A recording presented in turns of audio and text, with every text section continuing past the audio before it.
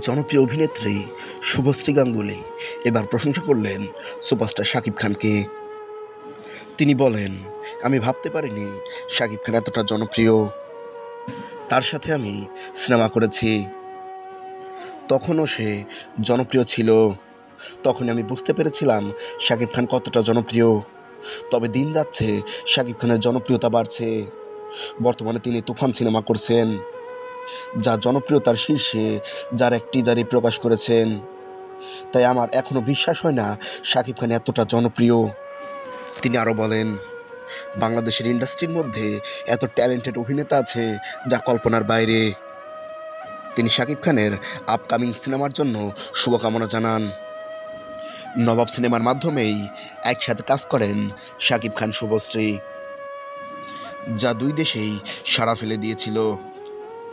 এর আগেও শুভশ্রী শাকিব খানকে নিয়ে অনেক প্রশংসা করে কথা বলেছেন। তো ভিউয়ার্স, কেমন লাগলো শুভশ্রীর এই কথাগুলো?